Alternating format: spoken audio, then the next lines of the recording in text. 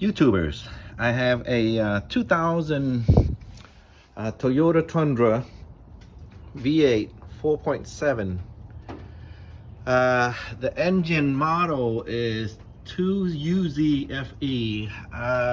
Unfortunately, there's one guy that posted on the YouTube video probably have a different design in removing the oil filter adapter. Let me give you an idea what I'm talking about. So, of course, this is an oil filter cooler, and usually there's an O-ring behind that leaks also, but they have a third seal behind this bracket. So that's the oil filter adapter. So filter, cooler, and then it connects to this adapter. Well, behind that adapter is like a figure 8 O-ring. You have to remove all 3 of these. Now, the other video that the guy posted, well, those 3 bolts that hold the adapter is away from this AC compressor bracket. Unfortunately, you have to remove this bracket for this truck anyways.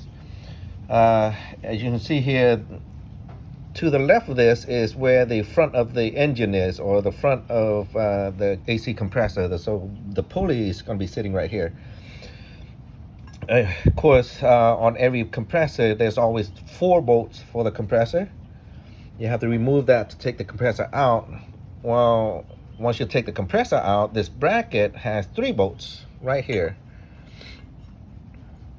that you have to remove to be able to get to the 3rd bolt on that oil cooler or oil filter adapter, the top bolt. So the 3 bolts you see there, the top one is the nut. That sits behind the AC bracket, AC compressor bracket. So you have to remove that bracket. Well, of course, you have to remove the compressor.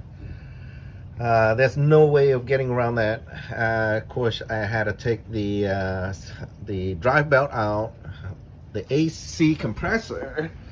I took the 4 bolts out, of course, unhooked the connector here, and you can be able to kind of move it up and tie wrap on the battery handle. Actually, that's what I did. But not to mention, I removed the negative posts just in case this touches the positive battery. That'd be a no-no. You run into more problems there. Just to give you a heads up on that, no YouTube videos have this design posted, so just want to give you a heads up on that. I removed,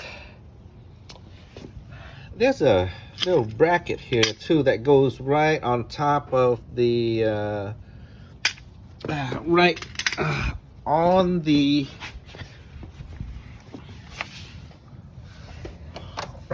this bolt. So basically that it bolts, the bracket sits through that, and the nut holds that bracket. And there's another one that goes, if I remember right, it goes onto the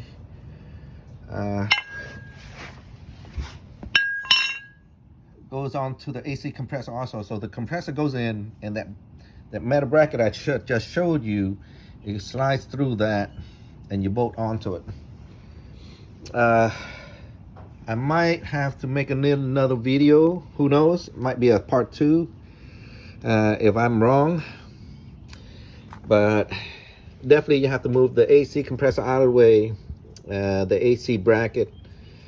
Not very hard to do, but definitely a little bit more time to work on. Of course, these are the bolts for the AC compressor itself. All right. Okay.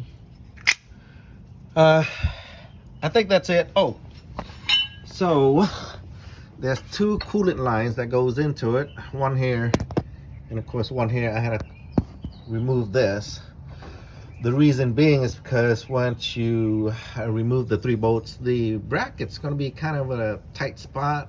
It'll be easier if you take this hose out, but make sure you clamp it. I have a little clamp right there to keep the coolant from draining. And remove the hose, You can be able to flip this sideways, and you can be able to see the O-ring out in the open right here to be able to work on. It's easier that way than not removing one of the coolant hose, and you can be fighting to get that O-ring out because it gets flat, it gets stuck in the groove there. But that's it.